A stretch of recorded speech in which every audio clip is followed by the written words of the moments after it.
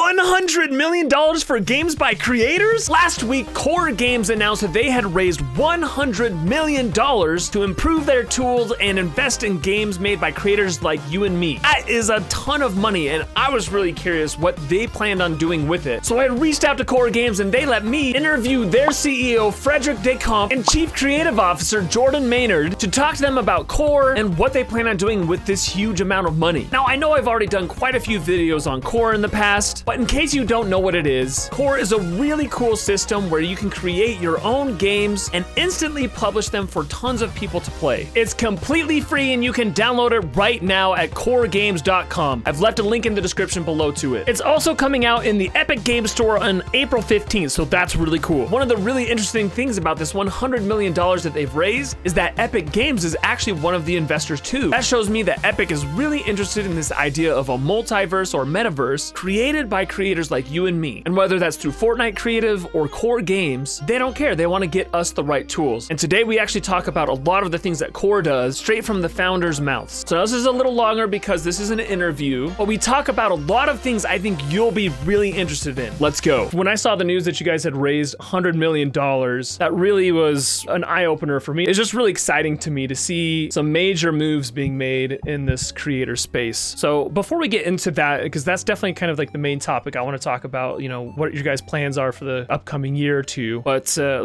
maybe talk to me first, like, why did you start Core, and like, what's your vision for Core in the next couple of years, 5 years, that kind of thing? There are several key elements to why we are building Core and why we started Core. I think at the heart of it, at the core of it, is the fact that, as you know, making games is extremely hard, right? The traditional game development pipeline is complex, complicated, it's rigid, it's very codified, it requires like tons of expertise, tons of experts, and it requires sometimes half a dozen to a dozen tools, sometimes more, and we wanted to change that. We wanted to change the way games were made, the way games are created, right? And gaming today is still vastly just for developers or people with high level of expertise, access to capital, so on and so forth. So we wanted to change that. We wanted to create a service that would make game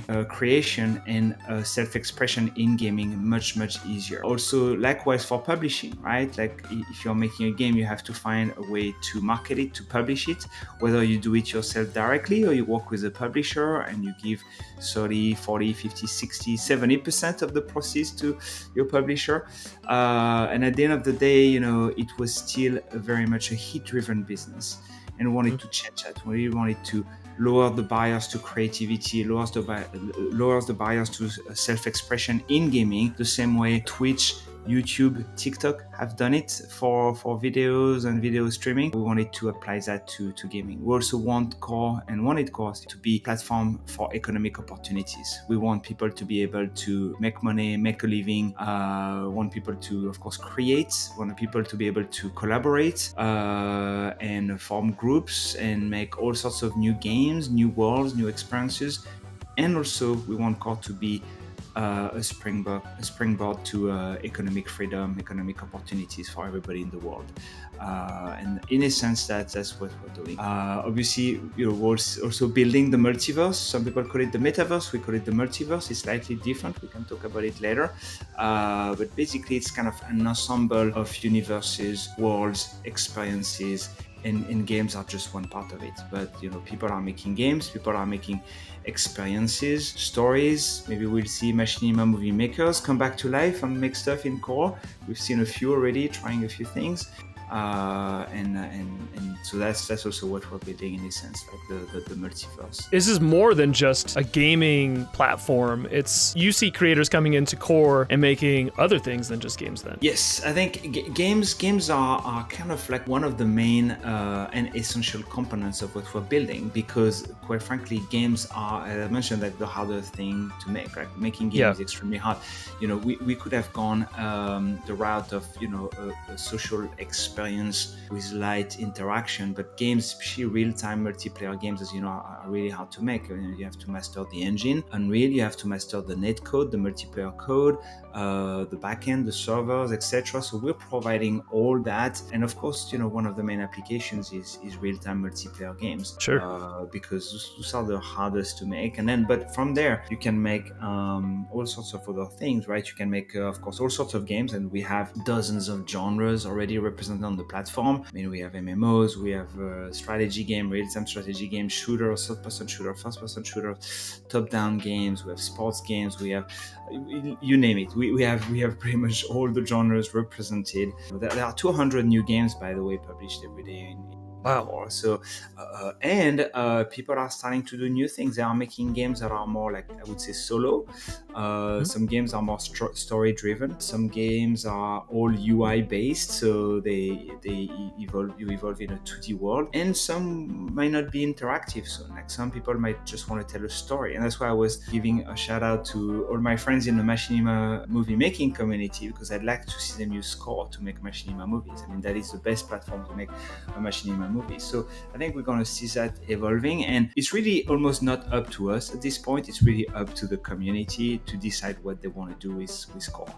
We provide a framework, we provide the main tools, of course, we provide the economic system, we provide payments, we provide the servers. After that, the community can decide to do whatever they want in terms of the content, in terms of the way they hook up these worlds, these experiences, these games together. And some people are going to make one game that they're going to evolve and expand. Some people are going to make lots of maybe rooms or worlds that they're going to connect. Players and creators will also decide how these games and these experiences are interconnected together. So I think also to answer your first question a little bit of why we started Core, one thing we think about is the past 15 years of game development history. Most of the innovation has come actually from outside of the industry itself and through the mod communities and stuff like that. I would almost argue almost every new genre has come from the modding scene, right? Like the MOBA genre, obviously the battle royale genre came from the modding scenes originally. Yeah. But the barrier to entry, Counter-Strike, absolutely, exactly. Yeah. But even Rocket League, I think, was originally a mod of Onslaught, of Unreal Tournament Onslaught mode. But the barrier to entry to take those mods and make them a fully realized commercial game that you could have economic success on and have millions of players play was really high. We say, we think for every MOBA out there could be other genres that are undiscovered that are just not being found right now because the barrier to entry is too high. So one of the things we want to do is lower that barrier to entry with Core by providing the sort of tools that are really easy to use. You don't have to be a developer, providing the back end, providing a way for you to one-click publish and get it out to the world. So what are you guys' plans with this new level of investment you got? You just raised $100 million. I believe Epic is part of the investment into Core. What are your plans for that money? It's a very good question. I think the first thing to understand about what we're doing is that it's extremely complex. It's very complicated. It has a huge surface area, right? We are at the service of the creators, but also at the service of the players. So we're providing a service with multiple facets, multiple layers, multiple dimensions, right? So we have, of course, the side of the creators. So we have Core as a creators tool, a creators platform. You can create, collaborate, iterate, publish, market, and of course make money, right? And we provide the servers, we provide, of course, high-end servers. So that side, right, we need to invest some more in it. We need to keep developing the platform, the features. We want to add lots of things, obviously. Therefore, we need also to expand our team to be able to add all these features and more. We need to also add more and more support for the creators. So that's the first thing, right? The other thing is we want to keep investing in the creators economy. As you mentioned, I think it's one of the most amazing developments we've seen in tech. Also probably want to expand it to not just tech, but the world in general. This idea that you can have entire industries upended by these new creators economies, right? And in gaming, it hasn't really happened yet. And we've seen, that happen, of course, with Twitch, YouTube for videos and for streaming, where you had well, people like yourself, right, who are making a living, are creating amazing content, amazing entertainment, high quality interactive content with your community. You're building your community, and of course you're making money and you're being rewarded for it, and that's wonderful. And the next phase for gaming is the same thing. It's the creators economy. So want to invest in the creators. Of course, we want also market core to players. The last year has been mostly focused on creators, a little bit on players, but we need to do marketing, right, to activate the flywheel and bring more and more players to core. Also want to be on new platforms, right? We are working on consoles, we are working on mobile, and maybe soon on VR too. Awesome. So those are the main ways we're gonna be spending the money.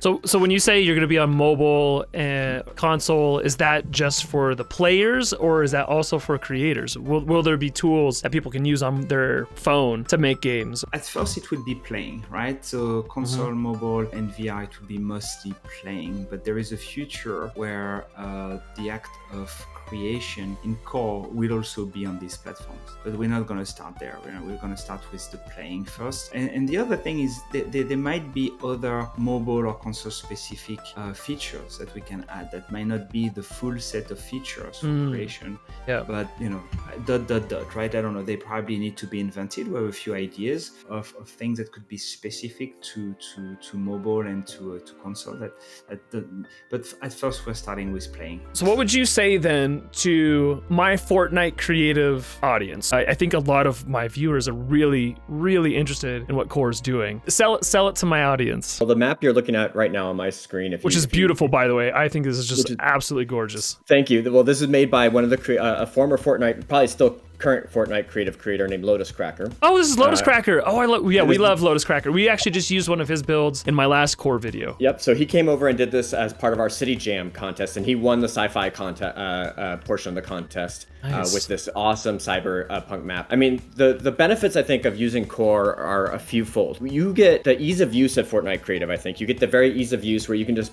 drop in and hit play and publish and be playing a game almost instantly. But you have more flexibility. If you want to make a first-person game, if you want to make a flying game, if you want to make a swimming game, like you can do all these different things pretty easily in Core. You're not limited to just third-person. You can do top-down games. One of the most popular genres on our platform right now is MMOs, and this is made possible by having two features. We have persistent storage, so that you can have, you can write to basically a database for your players, so that your players can keep inventory across different sessions. And we have what we call shared storage, which means that you can actually share that storage between two games that you create. So if you're a creator and you make a series of games that are all interconnected through portals, your players can actually have the sword that they get in one game and they can bring it to another, for instance. Oh, that's amazing. Yeah, so that's a super cool feature that have been allowing people to build MMOs, like entire MMOs, we're not even kidding, built by one person. I think one of the main differences, the two main differences, are the fact that we've built Core from the ground up to be able to do almost anything. So any game genres with no limitation. And the other thing is, I think, the economic opportunity, because we're doing 50-50 rev share, which that's huge.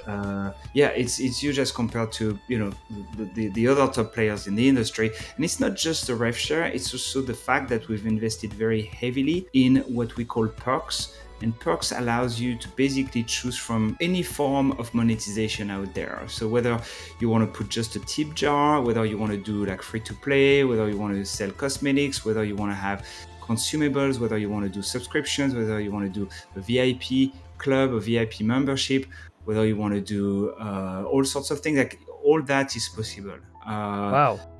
And so that's a huge difference as compared to the other platforms out there. On top of of course, the amazing graphics, on top of everything else, the servers. So it's really like, I would say, the two main differentiation factors. I think also like the way it's so directly publishable. Like you don't have to go through us to make money and to advertise, publish your game, right? It's all done directly through the platform. I think it's a huge difference as compared to some of the other platforms where you still have a very strong editorial component. You have to get lots of things approved. You have to get like a creator code, etc. Yeah.